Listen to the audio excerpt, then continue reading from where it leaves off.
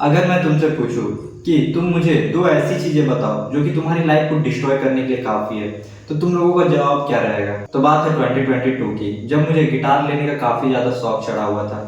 और उस टाइम पे मानो मैं गिटार लेने के लिए पागल सा हो गया था। मैंने काफी ज्यादा अपने पेरेंट्स पर जोर डाला था गिटार लेने के लिए। तो काफी ज्यादा कहने पर बोलने पर फाइनली मुझे कुछ पैसे मिले गिटार लेने के लिए, जो कि थे 6,500। उसके बाद क्या हुआ कि गिटार मुझे लेना था कम से कम 7,000 का। उतना पैसा मेरे पास था नहीं, 500 रुपये और घट रहे थे। तो वो पैसा मैं कहाँ से जुगाड़ करूँ ये समझ में नहीं आ रहा था। तो मुझे मेरे एक दोस्त के थ्रू ये पता चला कि अगर मैं एक गेमिंग ऐप में पैसा लगाता हूँ तो वहाँ पैसा एक का डबल होता है। तो मैंने भी यही सोचकर उस ऐप को इंस्टॉल किया और उसमें अपना पैसा लगाया। शुरू शुरू में तो मैंने 50-100 से ये स्टार्ट किया था और मुझे काफ़ी अच्छा प्रॉफिट देखने को मिला।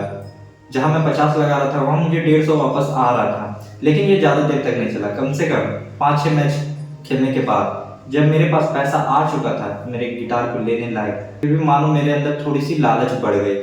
फिर तुम ये कह सकते हो कि मेरी पैसे को देखने के बाद नीड्स भी बढ़ने लगी कि मुझे अब ये चाहिए ये चाहिए। तो मैं फिर से पैसा लगाना चालू किया।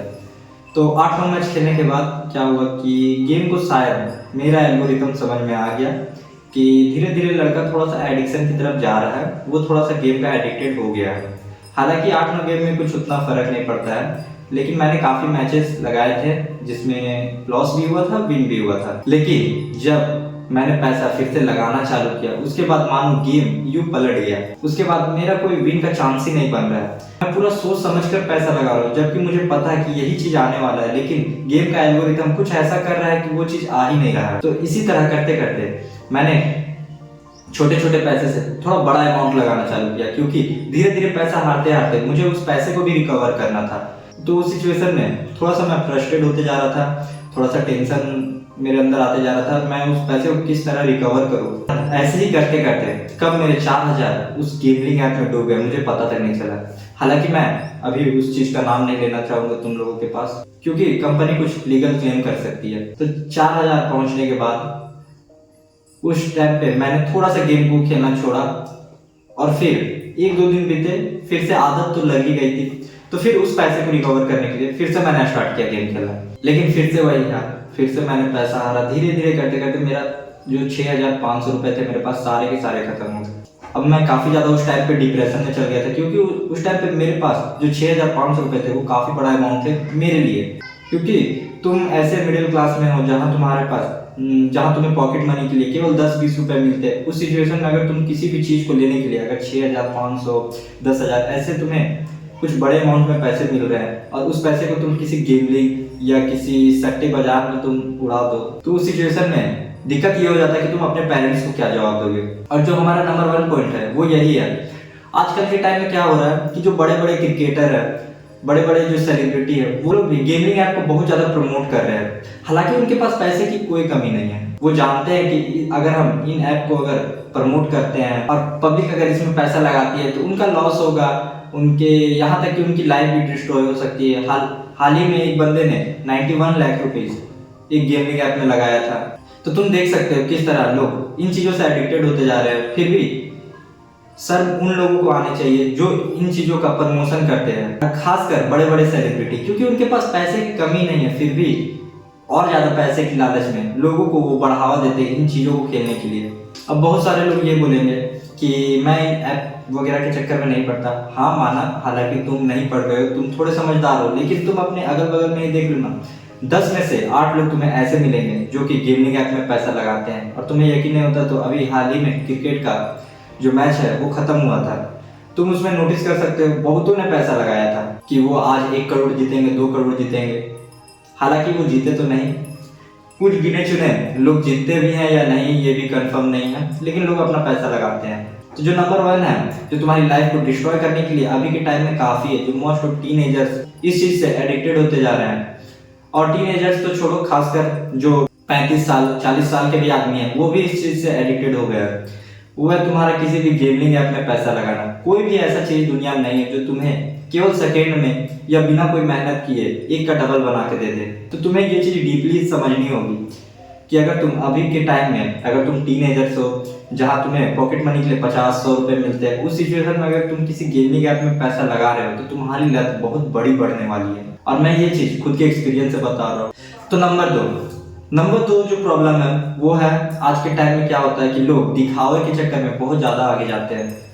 वो क्या करते हैं कि अगर उनके पड़ोसी ने किसी भी बड़ी गाड़ी को खरीदा है या किसी भी तरह के बाइक वगैरह कुछ चीज़ों को खरीदा है, तो दिखाने के चक्कर में वही चीज़ सेम चीज़ ईएमआई पर खरीद लेते हैं। और सेकेंड वे में अगर देखा जाए तो लाइफ को डिस्ट्रॉय करने में सबसे बड़ा हाथ होता है, वो होता है ईएमआई का। खासकर मिडिल क्लास लोग किसी भी चीज़ को ईएमआई पर बहुत जल्दी खरीदते हैं, क्योंकि उस टाइम पे उनके पास इतना पैसा नहीं होता है कि वो उन चीज़ों को अफोर्ड कर सके एक बार में। अगर तुम एक बुक आती है रिच डैड और पुअर डैड, उसमें एक चैप्टर पढ़ोगे, उसमें जो उनके राइटर है उन्होंने ये लिखा है कि जब तुम किसी भी चीज को ईएमआई पर किस्त पर खरीदते हो तो उसके बाद क्या होता है कि हालांकि 1-2 महीने अच्छे तरह से चलती है, लेकिन उसके बाद जैसे ही तुम्हें 5 या 6ठी ईएमआई भरनी पड़ती है और तुम्हारे पास पैसा नहीं होता है, तो वही चीज जिसे तुम बहुत ज्यादा एक्साइटेड होकर खरीदते थे वही चीज तुम्हें काटने को दौड़ती है। तुमने भी कभी ना कभी ये चीज नोटिस किया होगा कि कभी तुम मोबाइल फोन या फ्रिज वगैरह कभी भी ईएमआई पर खरीदते हो और उस टाइम पे तुम्हारे पास पैसा नहीं होता है, लोन वाला तुम्हारे घर पे आ रहा है, तो उस सिचुएशन में तुम्हें उस चीज को बेचना पड़ जाता है जिसे तुम काफी ज्यादा एक्साइटेड होकर खरीदते थे। तो उससे बेटर ये है कि अगर तुम्हें कोई चीज पसंद आ रही है तो तुम लोगों से उस चीज को कंपेयर मत करो कि मुझे ये चीज आज ही चाहिए, उसने खरीदा है तो मुझे ये चीज आज ही चाहिए। नहीं, तुम्हारे दिमाग में ये रहना चाहिए कि जिस टाइम मेरे पास इनफ पैसा होगा, भले वो 2 साल हो 3 साल हो, 3 साल बाद ही खरीदूंगा, लेकिन जब मेरे पास पूरा पैसा आ जाएगा तभी। बेसिकली तुम इस तरह कर सकते हो कि अगर तुम महीने का 18,000 रुपये कमा रहे हो और अगर तुम्हारा कोई घर जो है वो रेंट में है, तो तुम 18,000 जो कमा रहे हो उससे तुम्हें पैसा उस चीज में नहीं लगाना है। जो तुम्हारा रेंट आएगा उसे धीरे धीरे करके जमा करना है। और अगर तुम्हें कोई गाड़ी खरीदनी तो गाड़ी खरीद लो। उस सिचुएशन में क्या होगा, बेसिकली कहे तो थर्ड इनकम सोर्स तुम्हें बनाना है जहां से तुम्हारा उस चीज के लिए पैसा है। अगर तुम्हारे पास थर्ड इनकम सोर्स नहीं बन रहा है तो तुम्हें उस जगह से पैसा नहीं उठाना जहां से तुम नॉर्मली कमा रहे हो। अगर तुम पैसा अपना उठाते हो तो तुम भी इसी लत में फंसने वाले हो। लोगों को लगता है कि अगर वो महीने का 18-20 हज़ार रुपये कमा रहे हैं, ईएमआई 3,000 भरना है तो वो काफ़ी ज़्यादा आसान होता है, लेकिन ऐसा नहीं होता है। जो लोग 8-9 महीने लगातार ईएमआई भरते हैं, 6-7 महीने भरते हैं, उनसे तुम पूछ सकते हो उनके माइंड में क्या बीतता है। 2-3 महीने अच्छे खासा चलते हैं, लेकिन उसके बाद उन्हें प्रॉब्लम आना चालू होती है। तो नंबर 2 जो है, जो लाइफ को डिस्ट्रॉय करने के लिए काफ़ी है, खासकर मिडिल क्लास लोगों के लिए, वो है तुम्हारा ईएमआई पर कोई भी सामान को लेना। हालांकि मैं जो फ़ोन से अभी रिकॉर्ड कर रहा हूँ वो भी ईएमआई पर है और मुझे भी ये फ़ोन आज काटने को दौड़ता है, क्योंकि मेरे पास इतना इनफ पैसा नहीं है कि मैं इसका ईएमआई इतनी टाइम पे भर पाऊँ।